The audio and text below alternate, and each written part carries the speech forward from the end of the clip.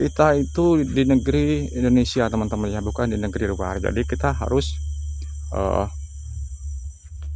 bisa mengikuti cara yang ada di wilayah kita teman-teman. Karena apa? Itu sudah tentunya ada alasan yang sangat penting ya untuk petani kita di Indonesia seperti itu. Nah ya, tapi kalau seandainya teman-teman mau mengikuti cara-cara seperti di Malaysia, silahkan. Kalau seandainya saudara-saudara sekalian itu mampu uh, dengan cara-cara mereka ya, itu loh. Contoh dengan cara mereka ibaratnya tidak menggunakan songgo dari usia mungkin 4 tahun sampai seterusnya, silahkan. Tapi teman-teman sekalian apa mampu pemupukan dengan dosis tinggi ya kan, dengan dosis tinggi. Kalau seandainya mampu ya silahkan, tidak ada yang melarang. Cuman jangan menjelek-jelekan ibaratnya sawit-sawit kita yang ada di Indonesia ya.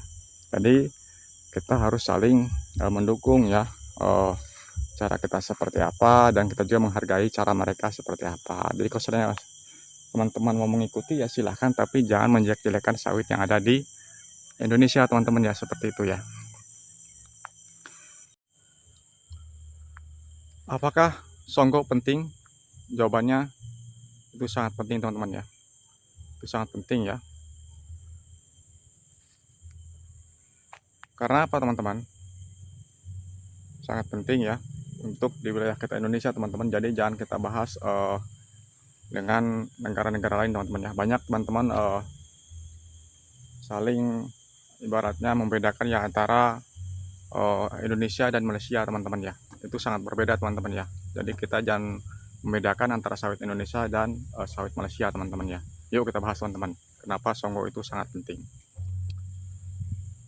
Hai, halo teman-teman, assalamualaikum warahmatullahi wabarakatuh ya. Kita bahas ya tentang songgo sawit teman-teman ya, untuk kita di wilayah Indonesia teman-teman ya. Yang pertama teman-teman ya, songgo sawit ini teman-teman itu bisa meningkatkan produksi teman-teman, bisa meningkatkan produksi asal kita tahu cara mengatur songgo itu seperti apa teman-teman ya. Nah, pelepah penyangga membantu fotosintesis yang penting untuk pembentukan buah teman-teman ya. Dan yang kedua teman-teman, menopang buah umumnya ya menggunakan itu songgo 2 teman-teman ya. Songgo 2 untuk menopang buah segar ya. Nah, dan yang ketiga teman-teman, mengurangi stres terhadap tanaman teman-teman ya, kalau kita menggunakan songgo teman-teman ya. Dan juga bisa menjaga teman-teman, menjaga kelembapan, mengurangi stres pada pohon, serta membantu menahan tanah teman-teman. Nah, itu pentingnya songgo teman-teman ya. Dan juga teman-teman bisa mengoptimalisasi nutrisi ya jika pupuk terbatas ya. Nah, jika pupuk Anda terbatas teman-teman, songgo itu sangat diperlukan agar apa teman-teman? Agar pelepah tidak meruncing teman-teman ya. Seperti itu. Kapan kita ya wajib menggunakan songgo? Nah, itu minimal usia 4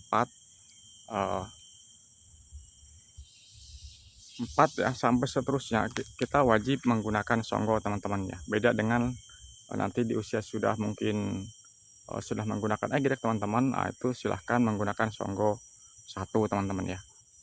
Jadi kalau untuk usia 4 sampai 8 tahun teman-teman ya, itu kita menggunakan songgo 2 teman-teman ya. Kita menggunakan songgo 2. Nah, ini seperti ini teman-teman ya, pohon yang di depan saya ini, pohon sawit ini teman-teman. Nah, ini usianya kurang lebih sekitaran di angka 15 tahun teman-teman ya. Ini masih menggunakan songgo 2 teman-teman ya, seperti itu. Kalaupun misalnya kita tidak menggunakan songgo ya di usia sudah mulai mengegrek teman-teman, sebenarnya itu tidak masalah teman-teman ya. Nah, kenapa teman-teman? Biasanya ya kalau usia sawit sudah mulai pengegrekan, itu jarang orang menggunakan songgo. Nah, ini jawabannya teman-teman ya.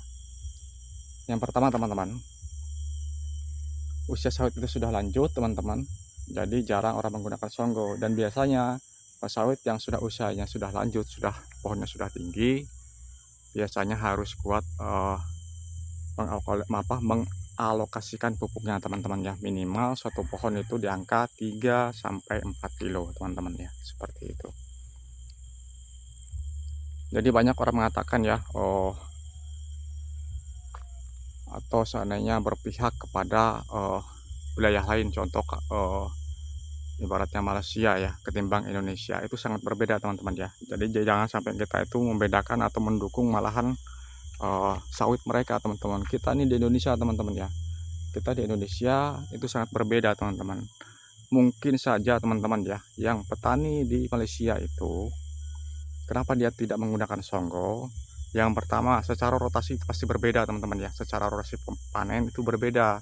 Kalau kita mengikuti mereka teman-teman, yang ada kita bisa tekor banyak. Kenapa? Itu pupuknya harus kuat teman-teman. Kalau tidak menggunakan songgo, Anda mampu tidak menggunakan pupuknya itu dalam perotasi itu berapa kilo? Mampu tidak seorang petani yang biasa? Nggak bakal mampu teman-teman ya.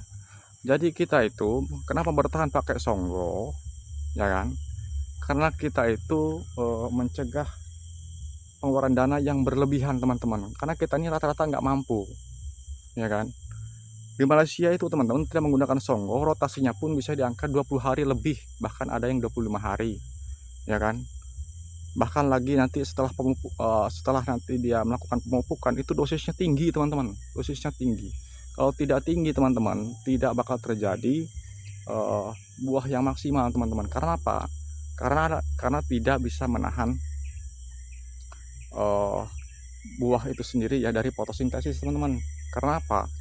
Dia hanya menggunakan buah saja ya yang digantung.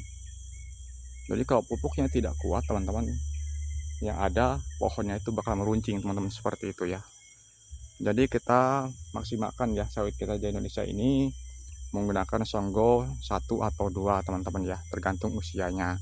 Kalau usianya minimal 4 tahun, kita gunakan songgo 2 teman-teman ya. 4 tahun sampai 8 tahun kita gunakan songgo 2 ya. Terus nanti usia 10 tahun sampai nanti dia usia pengegerkan sawit itu sendiri teman-teman, bisa kita menggunakan songgo 1. Kalaupun seandainya nanti usianya sudah semakin lanjut teman-teman, kita tidak menggunakan songgo pun tidak masalah teman-teman, seperti itu ya. Nah, jadi perlu diperhatikan kepada teman-teman semua ya, kenapa di Indonesia ini kok menggunakan songgo seperti itu. Jadi itu ya teman-teman, sedikit informasi dari saya teman-teman kepada petani sawit yang ada di Indonesia khususnya teman-teman ya. Jadi kita itu jangan malah menjelek-jelekan tanah air kita sendiri ya. Kadang-kadang orang, wah sawit Malaysia lebih bagus gini-gini, itu jangan teman-teman. Kita itu di negeri Indonesia teman-teman ya, bukan di negeri luar. Jadi kita harus bisa mengikuti cara yang ada di wilayah kita teman-teman. Karena apa? Itu sudah tentunya ada alasan yang sangat penting ya untuk petani kita di Indonesia, seperti itu. Nah ya, tapi kalau seandainya teman-teman mau mengikuti cara-cara seperti di Malaysia, silahkan. Kalau seandainya saudara-saudara sekalian itu mampu dengan cara-cara mereka ya, itu loh. Contoh dengan cara mereka ibaratnya tidak menggunakan songgo dari usia mungkin 4 tahun sampai seterusnya, silahkan. Tapi teman-teman sekalian apa mampu pemupukan dengan dosis tinggi ya kan, dengan dosis tinggi. Kalau seandainya mampu ya silahkan, tidak ada yang melarang. Cuman jangan menjelek-jelekan ibaratnya sawit-sawit kita yang ada di Indonesia ya. Jadi kita harus saling mendukung ya, cara kita seperti apa, dan kita juga menghargai cara mereka seperti apa. Jadi kalau seandainya teman-teman mau mengikuti ya silahkan, tapi jangan menjelek-jelekan sawit yang ada di Indonesia teman-teman ya, seperti itu ya. Oke teman-teman ya, terima kasih ya yang sudah menonton. Jangan lupa dukungannya dengan cara di like dan subscribe teman-teman ya, jika ini bisa memberikan informasi dan edukasi seputar perkebunan kelapa sawit yang ada di Indonesia teman-teman. Thank you. Assalamualaikum warahmatullahi wabarakatuh teman-teman.